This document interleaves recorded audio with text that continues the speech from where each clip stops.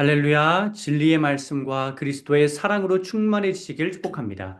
빌립보서 1장 12절부터 14절까지의 본문으로 하나님의 말씀을 전하겠습니다. 형제들아, 내가 당한 일이 도리어 복음 전파의 진전이 된 줄을 너희가 알기를 원하노라. 이러므로 나의 매임과 그리스도 안에서 모든 시위대 안과 그 밖에 모든 사람에게 나타났으니 형제 중 다수가 나의 매임으로 말미암아 주 안에서 신뢰함으로 겁없이 하나님의 말씀을 더욱 담대히 전하게 되었느니라. 아멘. 인생은 늘 우리 계획대로 흘러가지만은 않습니다. 나의 생각과 하나님의 생각이 일치하여 우리가 원하는 바가 하나님의 계획과 같아서 계획대로 흘러간다는 느낌이 들 때도 있지만 나의 생각과 하나님의 방향이 달라서 하나님이 이끄시는 대로, 즉, 내가 원하지 않는 방향으로 가기도 합니다. 이처럼 나의 계획과 하나님의 계획이 충돌할 때 필요한 삶의 태도가 있으니 그건 바로 그리스도 안에서의 해석입니다. 왜 하나님께서 나를 다른 방향으로 인도하시는지 예수 그리스도의 관점으로 해석할 때 우리는 인생을 더 의미 있고 힘 있게 살아갈 수 있습니다. 왜냐하면 이해가 되기 때문입니다. 한 가지 주의할 점이 있습니다. 나의 잘못으로 인해 틀어진 일을 하나님의 계획이라고 합리화해서는 안 됩니다. 이 점을 주의하시면서 하나님의 계획에 따라 살아갈 때 나의 생각과 다른 방향이더라도 하나님을 믿으며 순종하며 나아갈 때 우리는 놀라운 경험을 하게 됩니다. 바울이 그리스도 안에서 자기의 삶을 해석하면서 살아갔을 때 놀라운 경험을 하였듯이 우리도 그러한 경험을 할 것입니다. 바울의 여정을 한번 들여다봅시다. 바울이 원하는 대로 선교가 모두 다 진행되었나요? 아니죠. 빌립보 교회에서 복음을 전하기 전까지 바울의 생각과 다른 하나님의 생각, 그리고 그것에 따라 바울이 어떠한 영적 해석을 하였는지를 한번 살펴보겠습니다. 먼저 그 바울이 복음을 받아들이기 전에 바울은 사도행전 8장에 보면 예루살렘에 있는 교회에 잔멸을 하려고 그것이 하나님의 뜻이라고 생각했겠죠. 그러나 하나님의 생각은 달랐습니다. 예수님을 박해하지 말고 예수님을 전하라고 하시죠. 그로 인해서 바울은 예수님의 제자가 되어야겠구나라고 정리합니다. 해석합니다. 1차 전도여행 때 비시디아 안디옥에서 복음을 전도하지만 사람들은 바울과 바나바를 박해합니다. 복음을 전하면 받아들여야 하나 박해를 받는 이 상황에서도 바울은 영적으로 해석하여 발의 티끌을 떨어버리고 이고니온으로 이동합니다. 이고니온으로 인도하여서 전도합니다. 전도가 잘 될 줄 알았겠죠. 하지만 모욕과 살해 위협을 당합니다. 그 가운데서도 바울은 영적으로 이를 해석하여 미리 알고 루스드라로 도망하여 거기서도 전도를 합니다. 루스드라에서 전도할 때 전도가 잘 될 줄 알았지만 돌에 맞아 기절하였습니다. 그렇지만 바울은 계속해서 영적으로 이를 해석하고 대응하여서 제자들의 도움으로 탈출하여서 더베로 가서 전도를 하는 모습을 보입니다. 2차 전도 여행 때에 바울의 모습을 보면 바울은 구브로 삼 살라미부터 동행하다가 밤빌리아에서 이탈한 마가 요한 동행 여부에 관한 논쟁에서 나는 데려갈 수 없다고 하죠. 하지만 바나바는 동행하자고 하고 바울은 계속해서 받아들일 수 없다고 하여서 심히 다툽니다.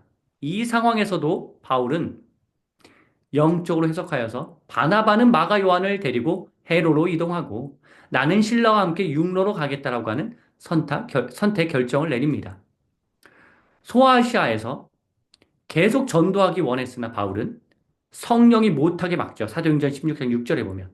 그때 바울은 이 가운데서도 영적으로 하나님 안에서 잘 분별하여서 갈라디아 지역으로 이동하여 전도를 합니다. 소아시아의 무시아 지역, 이때도 동쪽의 비두니아, 본도로 가려고 하는데 바울은 예수의 영이 허락지 않는다라고 하는 내용이 16장 7절에 나오죠. 사도행전. 그럴 때 드로아에 가서 있을 때 드로아로 가서 있을 때 밤에 환상을 보고 마게도냐 지역으로 가서 전도를 하겠다는 영적인 결단을 바울은 합니다. 빌립보에서 하나님의 뜻대로 마게도냐 지역에 이 빌립보에서 전도를 바울은 하죠. 그렇지, 그렇지만 이 귀신 들린 여종 축기 사역을 하다가 주인들에게 미움을 사서 감옥에 갇히는 신세가 됩니다. 이때도 바울은 영적으로 해석하여서 그때 낙담하지 않고 기도하고 하나님께 찬송하다가 옥문이 열려 간수가 이를 통해 구원받게 되는 계기의 그 놀라운 역사를 하나님의 역사를 만나게 됩니다. 이처럼 영적 해석의 능력, 영적으로 분별하는 능력을 가진 바울은 회심 후 1차와 2차에 걸친 전도 여행에서 자기의 생각과 하나님이 인도하시는 방향이 다르더라도 전부 그리스도 안에서 영적으로 해석합니다. 환경이 아니라 해석이 우리의 인생을 이끄는 것이죠. 우리가 온전히 하나님 안에서 해석하면 우리의 인생을 하나님께서 인도해 준다는 사실을 체험하게 됩니다. 오늘 본문에도 보면 바울은 13절에 나온 대로 그리스도 안에서 상황을 해석하고 있습니다. 바울이 현재 로마 감옥에 갇힌 지금 이 상황을 어떻게 그리스도 안에서 영적으로 해석하고 있는지가 그로 인해 어떠한 변화를 바울은 경험하였는지가 오늘 본문 12절부터 14절에 잘 나타납니다. 바울은 좌절하거나 위축되지 않고 진전과 진보가 있다고 해석합니다. 복음의 진전과 진보라는 관점으로 이 상황을 바라보고 있습니다. 진전은 12절에 나오고 진보는 25절, 읽진 않았지만 25절에 나오는 표현입니다. 만일 바울처럼 열심히 복음을 전하다가 감옥에 갇혔을 때 어떠한 부정적인 감정에 빠지고 싶습니까? 좌절입니다. 자신이 겪는 좌절감뿐만 아니라 하나님을 열심히 믿는 자가 받게 되는 이러한 감옥 생활을 믿지 않는 사람들이 보면서 혹은 믿는 사람들도 보면서 믿어도 별 수 없구나. 하나님이 지켜주시지 않는구나. 라고 하는 이 차가운 시선을 내비치기에 마음이 위축될 수밖에 없습니다. 마치 십자가에 매달리신 예수님을 향해 사람들이 아주 따가운 눈총을 보냈던 것처럼 믿는 우리에게, 믿는 바울에게 그렇게 마음을 어렵게 하는 그러한 태도, 모습을 보이는 것이죠. 빌립보서 2장 27절에 나오는 에바브로디도의 질병을 보면서도 아마 주변에서는 그렇게 공격했을 것입니다. 아니, 하나님을 믿는데 어떻게 그러한 질병에 걸릴 수 있죠? 하나님이 사랑하지 않으시나 봐요. 하나님은 존재하지 않는 거 아닐까요? 이를 신학적으로 승리주의라고 합니다. 하나님을 믿으면 무조건 잘 된다라고 하는 이 관점인데요. 이것은 그리스도 중심의 바울 신학과는 다른 관점이죠. 여러분, 이러한 상황이지만 다들 주변에서 부정적으로 기독교인을 바라보는 시선을 느꼈겠지만 바울은 이러한 공격 속에서도 우리는 그로 인해 복음의 진전, 25절에 보면 믿음의 진보를 가져온다는 고백을 합니다. 우리는 이를 통하여서 우리 역시도 어떠한 공격에 놓이더라도 복음이 받는 상황이더라도 주변의 말에 휘둘리지 말고 좌절과 위축의 길로 가지 말고 하나님을 바라보면서 바울이 지금 환경에서도 진정한 진보가 일어났다고 고백하였듯이 앞으로 어떠한 놀라운 일이 일어날지를 바라볼 수 있어야 합니다. 바울은 지금 이 상황을 새로운 지평이 열리는 순간으로 받아들였습니다. 감옥 밖에서만 복음을 전했었는데 그동안은 이제 감옥 안에서 복음을 전할 수 있는 새로운 지평이 열리겠구나. 계속 밖에서 분주하게 사역했는데 이제 감옥 안에서 지금까지의 사역을 정리해보고 가능하다면 편지로 소식을 전해야겠구나. 이런 식으로 생각했겠죠. 여러분, 마음만 있다면 어떠한 환경에 처하더라도 새로운 지평에서 새로운 수단과 방법으로 그 목표를 향해 나아갈 수 있습니다. 좀 반대되는 예인데요. 도박에 중독된 사람은 팔다리가 부러지더라도 목발 짚고 도박장에 가죠. 책을 좋아하는 사람은 어떠한 상황 속에서도 독서를 합니다. 길을 가면서도 막 책을 읽어요. 사람은 정말로 원한다면 어떠한 상황에 처하더라도 반드시 해결책을 찾아내는 존재입니다. 바울의 복음 사역과 비교하면 초라한 예시이지만 제 어렸을 적의 이야기를 나누겠습니다. 저는 아버지가 군인이셨기 때문에 이사를 많이 다녔는데 이사 다니는 곳마다 공놀이를 좋아하는 저는 공놀이 할 수 있는 공간을 만들었습니다. 어디를 가서든 만들어 놓았습니다. 어떤 집에서는 야구와 농구를 했고 어떤 집에서는 배구를 했습니다. 이사를 했다고 해서 이제 그 공놀이 활동 못 하는구나 라고 단념하지 않고 새롭게 뭔가를 만들어서 공놀이를 계속했습니다. 다른 예시를 하나 또 나누겠습니다. 저는 어떻게 해서든지 아내와 식사하는 시간, 단둘이 데이트하는 시간을 일주일에 한 번은 꼭 가지려고 합니다. 잠깐 집에 제가 들르든지 아니면 아내가 회사로 오든지 이런 방식으로 아내와의 로맨스를 나누는 시간을 꼭 갖습니다. 그러니까 환경이 중요한 게 아니라 마음가짐이 중요한 거죠. 마음을 그렇게 먹는다면 방법은 발견됩니다. 중요한 건 환경이 아니라 바뀐 환경에 대처하고 그 환경을 어떠한 마음 자세로 바라보는지입니다. 바울은 어떠한 환경에 처하든지 그 환경에서 복음을 전할 수 있는 방법을 모색했습니다. 마음에 복음으로 가득 채워져 있었기 때문입니다. 무언가가 가득 채워져 있는 사람은 반드시 대안을 찾아냅니다. 대책을 못 찾는다면 그건 간절한 마음이 부족하기 때문은 아닐까요? 디모데전서 4장 15절에는 이러한 말씀이 나옵니다. 이 모든 일에 전심전력하여 너의 성숙함을 모든 사람에게 나타나게 하라. 여기서 말하는 성숙함이 바로 진전, 진보와 같은 단어입니다. 전심전력하여 어느 한 일에 매진한다면 진정과 진보는 반드시 일어납니다. 복음에 충실하다면 어떠한 환경에서든지 복음으로 인한 놀라운 변화를 일으킬 수 있습니다.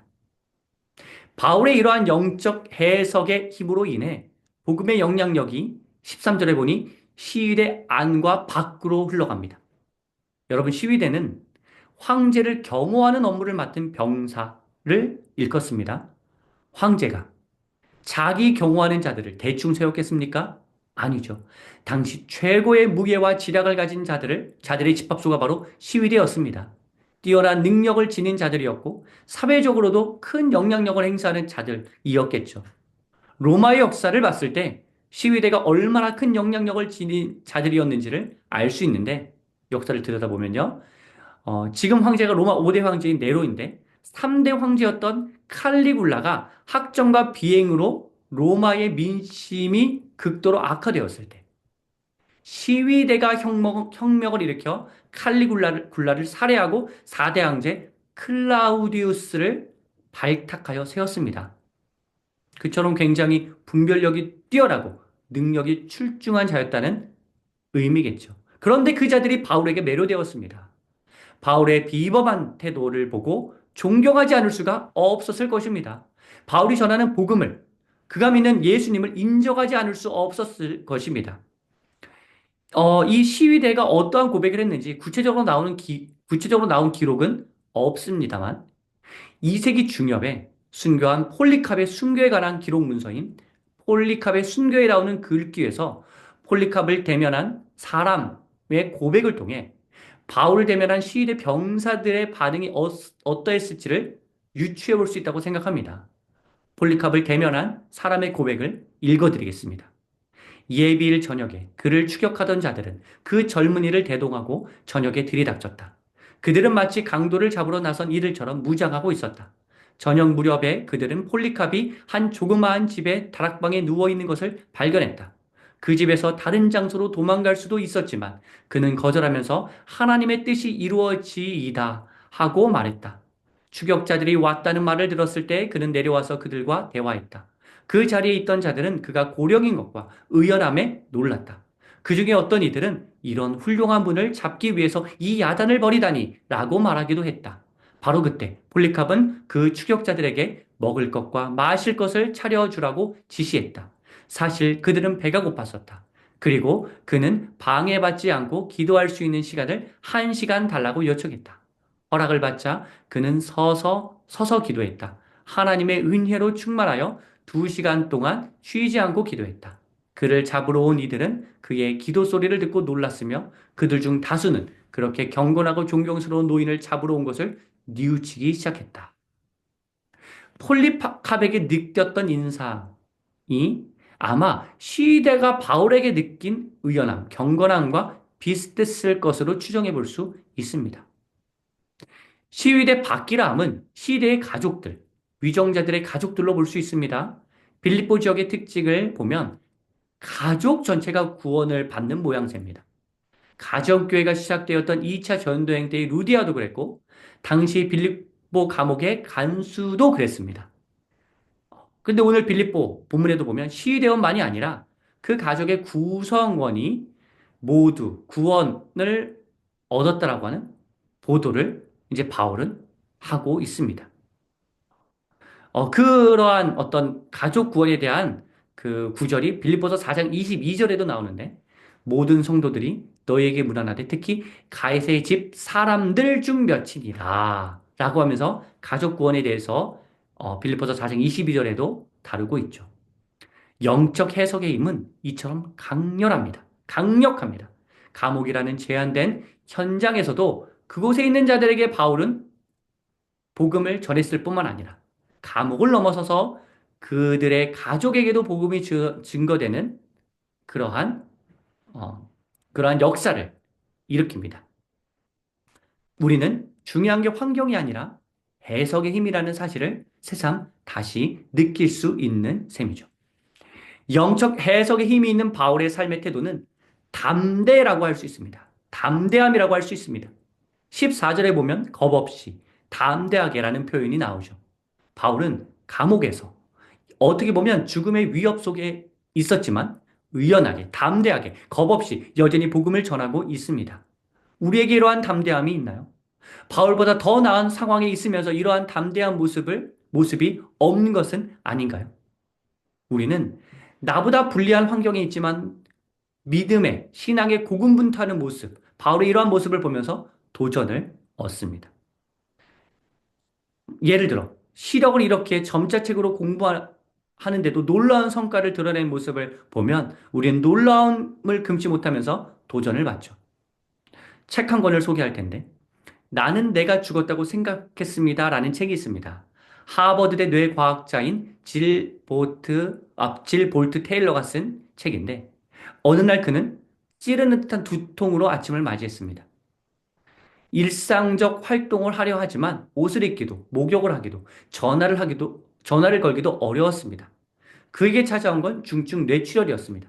뇌를 연구하는 학자에게 불현듯 닥친 절망의 순간이었습니다. 하지만 뇌가 무너지는 과정을 몸소 느껴볼 수 있다는 생각에 하나하나 놓치지 않고 진행 과정을 꼼꼼히 관찰합니다. 병원으로 옮겨진 그는 대수술을 받고 8년간 뇌의 기능을 되찾는 회복기를 거칩니다.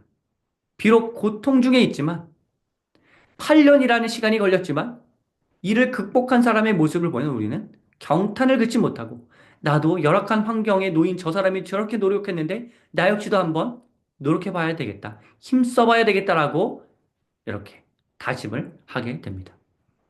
여러분, 가족들의 반대로 인해 예배를 자유롭게 드리지 못하지만 핍박을 이겨내고 예배드리러 오는 성도들을 보면 우리는 경외감까지 들 정도이고 존경을 표하게 되죠. 분명히 좌절해야 하는데 희망을 유지하는 사람들을 보면 너무나 놀라게 됩니다. 이처럼 어려운 환경 속에서도 용기와 희망을 잃지 않고 담대한 모습으로 살았던 바울의 이 감옥 속에서의 활동을 우리가 보면서 어, 우리는 도전을 받을 수 있습니다. 바울은 감옥에 갇혔는데도 저렇게 열심히 복음 증거 활동을 하고 있는데 우리가 지금 용기를 잃으면 어떻게 하겠는가? 이것이 빌립보서를 읽는 우리의 마음이기도 하겠고 지금 바울이 감옥 속에 갇혔지만 이렇게 복음을 증거하는 모습을 전해들은 다른 성도들이 느꼈을 마음이기도 할 것입니다. 바울의 열정이 고스란히 전달되어 동력자들을 더 담대하게 만들었습니다. 감옥에서도 저렇게 복음을 전한다면 감옥 밖은 더 자유로운데 우리는 더 용기를 내서 복음을 전할 수 있다는 확고한 신념을 가지게 되었을 것입니다. 바울의 담대한 모습은 동역자들의 마음에 복음의 불을 지펴서 그들 안에 숨어 있던 복음을 향한 열정과 의지를 자극하고 불태우는 계기가 되었을 것입니다. 중요한 건 의도적으로 뭔가 주변 사람들에게 영향을 행사하기 위해서가 아니라 바울은 사실 하나님께 완전히 집중한 사람이었기 때문에 어떤 쇼맨십으로 이런 행동을 한 것이 아니라 그냥 평소대로 한 행동이었고 그것의 파급력이 그만큼 컸던 것이죠. 이러한 진실의 마음을 동역자들도 느꼈을 것입니다. 사랑하는 성도 여러분, 이처럼 바울은 언제나 상황에 얽매이지 않고 그 상황을 영적으로 해석하여 받아들이고 행동했습니다. 어떠한 곳에서든지 복음을 증거하였습니다.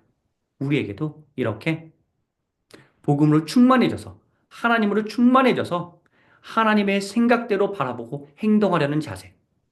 환경에 얽매이지 않고 하나님께서 이 상황에서 무엇을 원하시는지를 발견하려는 자세가 필요합니다. 우리의 삶에서 어떻게 실천할 수 있을지를 고민해 보시고 이를 실제로 삶에서 적용해 보시고 실천해 보시는 우리 성도님들 되시기를 축복합니다.